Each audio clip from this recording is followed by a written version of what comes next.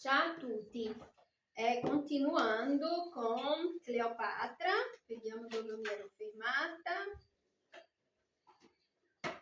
Arriva subito la pubblicità. C'è un nuovo canale che si chiama Leggere fa bene. Sì, leggere fa bene, però leggere fa bene riguarda il tuo, mio amorosino, i tuoi libri. Questo qua è di Cleopatra che io già avevo iniziato perché è per i grandi questo. Ecco qua che ora mi ero fermata quando lei aveva dato la luce Cesarione.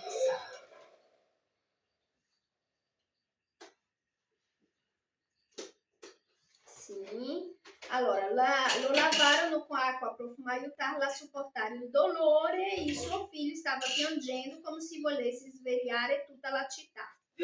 Lo lavarono con acqua profumata e lo avvolsero in un panno di lino.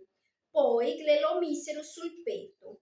Cleopatra lo strinse senza riuscire a trattenere la emozione. Quell'esserino che stava respirando tra le sue braccia la guardava con occhi brumosi. Quel bambino concepito nel fragore della guerra aveva cambiato la sua vita per sempre. Io mi ricordo che mi ero fermata a dire che tutti i bambini cambiano la vita delle madri per sempre, che è questo che non ci raccontano da bambine. E anche i destini dell'Egitto e di Roma. Carmione o Fossira gli chiese come volessero chiamarle e lei, senza pensarci due volte, rispose Tolomeo Cesare.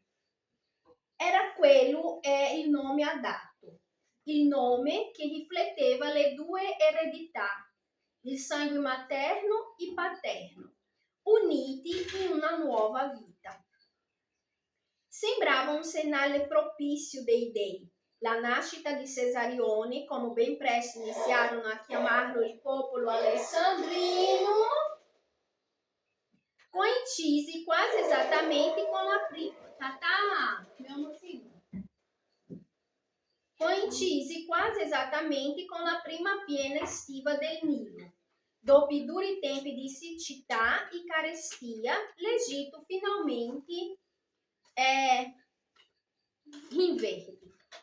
Le terre fertili ripresero a produrre avena, frumento, sorgo e orzo in grandi quantità, mentre gli alberi si caricavano di fichi e datteri. Lungo le sponde del ramo canopico, uno dei 5 bracci antichi del Nilo, crescevano i grandi vigneti di cui i faraoni ricavavano i loro vini migliori. E da lì cominciarono ad arrivare a palazzo ghiare piene fino all'orlo, insieme ad altre offerte per il nuovo arrivato. Ceste traboccanti di fiori, meloni, cucumeri e mieti. Dopo il parto, sia nell'antico Egitto sia in Grecia, le madri dovevano seguire per 14 giorni un rito di purificazione, dato che durante la gravidanza erano considerate impure. Cleopatra seguì questa usanza e dopo 2 settimane riprese le sue funzioni reali.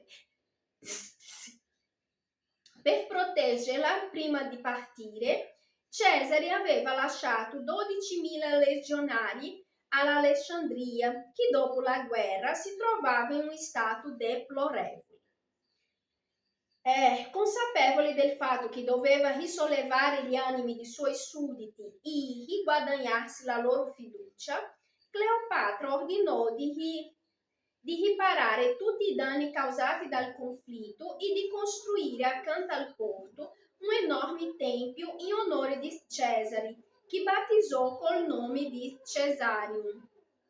Lì venne ufficialmente celebrata la nascita di Cesarione. I festeggiamenti si svolsero in pompa magna e a tal fine Cleopatra indossò l'abbigliamento proprio di Iside. Scelse una tunica leggera ricamata con fili di argento allacciata all'altezza del petto, con un nodo voluminoso, emblema della dea. sul capo la corona di Hathor, con il disco solare fra le corna di Giovenca. In quanto a Cesarione, se lei era Isidi, lui incarnava Horus, suo figlio, e come tale fu presentato al Tempio. Tutti in Egitto conoscevano il mito, persino i bambini. Osiride, lo sposo di Iside, era stato assassinato dal perfido fratello minore Set. La dea, che amava disperatamente il marito, aveva vagato per tutta la terra alla ricerca del suo corpo senza vita e dopo averlo trovato aveva cercato invano di resuscitarlo. Ne era comunque rimasta fecondata e dopo qualche tempo aveva partorito suo figlio. Iside, Osiride e Horus costituivano una sacra triade alla quale Cleopatra, Cesarione e Cesare verranno associati per sempre. Così, sotto la protezione degli dei, la regina riuscì a legittimare il proprio potere ancora una volta. Nessuno avrebbe mai più osato mettere nuovamente in discussione la sua autorità e sovranità. Ben presto Alessandria tornò a brillare sotto il sole, rivigorita dall'impero rinnovato dei suoi abitanti. Cleopatra gioiva nell'ammirare la città dalle terrazze del palazzo reale come aveva fatto in passato, quando era una bambina. Com'è bella, come rispondeva sul sfondo color acquamarina del Mediterraneo. Ma ciò che significava, che potesse rilassarsi, anzi, il suo governo era appena iniziato e, oltretutto, adesso non era più una regina che cercava di legittimare il proprio potere da sola, bensì una madre desiderosa di spianare il cammino futuro del suo primogenito. Questo nuovo obiettivo animava ogni sua decisione e azione. Quella donna poteva non desiderare il meglio per il proprio figlio. Lei naturalmente lo voleva con tutte le sue forze. Le cose non sarebbero state facili per Cesarione. Né lei né Cesare avrebbero vissuto in eterno. Pertanto, prima di lasciare questa terra, doveva assicurare al suo bambino 3 punti saldi: la continuità del suo trono in Egitto, che Roma garantisse la sua indipendenza e che il suo nome fosse evocato con grande ammirazione negli annali della storia. Nell'estate del 46 a.C., una volta stabilizzato il paese, Cesare reclamò la presenza di Cleopatra a Roma e questo è stato il suo errore. Da circa un anno si tenevano in stretto contatto attraverso abili messaggeri. Cesare sapeva dei progressi dei piccoli Cesarioni e della politica di successo di sua amante. Cleopatra, a sua volta, era al corrente della vittoria che Cesare aveva riportato nella battaglia di Zela contro Farnaci II. A sua volta era al corrente della vittoria che Cesare aveva riportato. Una vittoria talmente rapida e sorprendente che quando il generale aveva dovuto renderne conto al Senato, si era limitato a descriverla con 3 parole: veni, vidi e vinci. Letteralmente, veni, vidi e vinci. Entrambi stavano attraversando in portoghese vim, vi e venci. Que vogliate o no, eu vim, vi e venci, perché si deve considerare il punto di partenza. Non mi avete distrutta, è inutile. Entrambi stavano attraversando un momento favorevole, forse il migliore per fare un significativo passo in avanti e lasciarsi vedere insieme a Roma. Per Cleopatra, tuttavia, quello non sarebbe stato di certo un viaggio di piacere. Da Alessandria a Roma ci sono oltre 2000 chilometri e ogni navigatore sa che il Mediterraneo non è esattamente un mare docile bensì pericoloso e impetuoso, talvolta più che un oceano. Da calmo puoi trasformarsi in un mare in tempesta nel giro di poche ore. Si trattava di una traversata pericolosa che avrebbe richiesto più di un mese di viaggio, quindi doveva valerne la pena. Auleti lo aveva affrontato anni prima, ma nelle vesti di faraone esilato in cerca di asilo. La sua invece sarebbe stata una visita diplomatica come parte di una strategia politica di avvicinamento a Roma. Forse voleva anche ottenere qualche garanzia da parte di Cesare che gli assicurasse non solo che Roma non avrebbe rovesciato il suo trono, ma che in futuro non avrebbe nemmeno fatto vacillare quello di Cesarione. Naturalmente non voleva impadronirsi di Roma né fondare un imperio insieme al suo amante, come affermano le fonti classiche. Cleopatra era una regina giudiziosa, assenata. Sapeva molto bene quale luogo occupavano lei e l'Egitto nel conglomerato politico del Mediterraneo.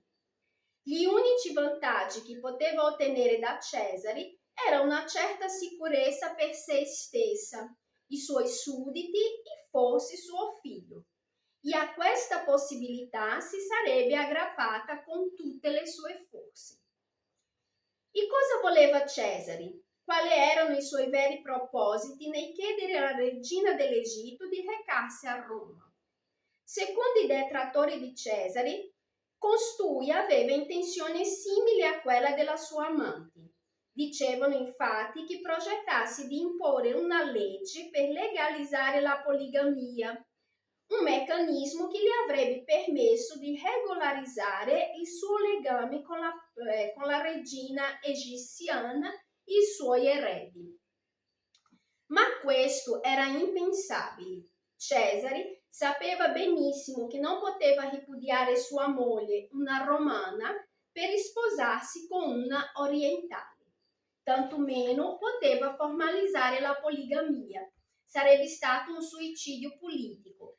Qua io apro una parentesi. Per esempio, questo problema che si è verificato in passato, oggi invece è sorvolato. Perché? Perché dal momento che la società oramai non è più laica, il potere politico non è cristiano tra aspas, però nella maggior parte è laico. Cosa ha portato la laicità? Ha portato la possibilità che l'intruso, che in questo caso viene rappresentato come gli musulmani, si infiltrassero in questo contesto politico-sociale e diciamo che il problema che Cesare ha avuto in passato adesso non lo avrebbe e quelli che vogliono seguire di qualche modo questo ragionamento non avranno. Anche perché se tu guardi l'Italia per come è conformata questo pensiero laico, l'allontanamento in generale dei principi cristiani, cattolici, romani, è facile, è per questo che io dico, io non sono, assim, non c'è bisogno di studi di Harvard, di Oxford, eccetera, per arrivare alla conclusione che l'Italia tra qualche anno sarà musulmana, perché matematicamente lo è già. Poi se aggiungiamo altri vantaggi per quelli che governano in fare diventare l'Italia musulmana, sì, è un miracolo se non succederà. Io pregherò comunque perché non succeda, ma uno dei motivi che io penso che succederà è proprio questo, perché finisci tutte le problematiche di sfondo maialiale, mettiamo così, tipico degli italiani. Quer dizer, in verità è tipico di tutto il mondo, però in Italia si vede un po' di più, ma è molto soffocato per la mentalità per la morale imposta della Chiesa, che è comunque la prima a lasciare perdere. Davanti è così, indietro però ci sono delle cose orribili. Comunque, tornando, sarebbe stato un suicidio politico, anche perché l'Italia, diventando musulmana, con tutti i musulmani che ci sono, naturalizzati, che hanno cittadinanza, e poi a quelle storie, gli italiani non stanno facendo figli musulmani, quindi sono elettori. La classe politica, secondo voi, frega qualcosa? Frega i voti, a loro interessano i voti. Sono i musulmani che mi possono dare il voto. Ok, musulmani diventiamo, tant'è che, se non mi sbaglio, il partito musulmano che esiste già è dove? Roma, guarda caso. Coloro che si fecero circolare questa voce furono gli stessi che trasformarono Cleopatra nella causa di tutti i mali che vennero in seguito. E mi fermo qua. Alla prossima.